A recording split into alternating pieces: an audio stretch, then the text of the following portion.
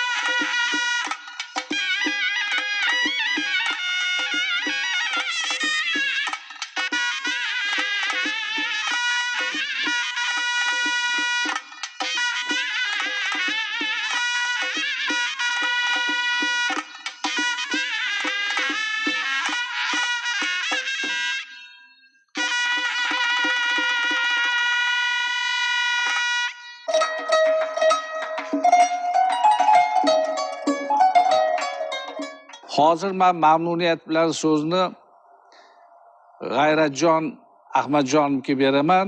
Xush kelibsiz ko'rsatuvimizga G'ayratjon. Mana siz ham ustozoda sozandalarimizdan hisoblanasiz. Aytingchi, mana surnay cholg'usiga mehr qaysi yoshingizdan boshlangan va ana shu yo'lda sizga ustozlik qilgan, sizga kamarbasta bo'lgan o'zingizni ilk saboqlaringiz haqida gapirib bersangiz, marhamat. Avvalo assalomu alaykum. Men faoliyatim birinchi doiradan boshlangan. 1978-yil Madina saroyiga amakim olib borganlar, Jo'r aka. Uyimizda har doim nog'ora, doira, surnay sadolari yangrardi. 78-yil doiradan boshladim. 80-yil meni Karnega shogirdlikka berishdi. Nazirli Usmonov ustozim bo'lganlar. 80-yildan amakim Jo'ra Ahmadjonov qo'limga surnay berib, sunnayni o'rgatdilar. Men Nurilla sunnaychi keyingi men 4-avlod bo'laman sunnay chalish bo'yicha.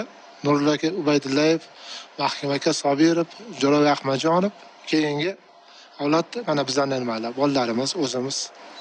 Men Nurilla aka Ubaydullayevga avara shogird bo'laman.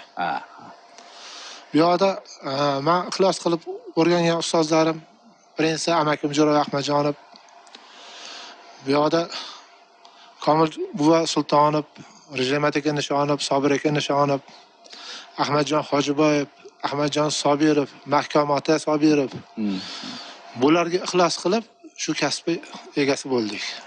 Bugungi ko'rsatuvimizga o'zingiz surnay cholg'usida qaysi kuyni tayyorlab keldingiz, marhamat? Farg'ona Toshkent yo'lida Chorgoh kuyini surnay yo'lida ijro qilib beraman.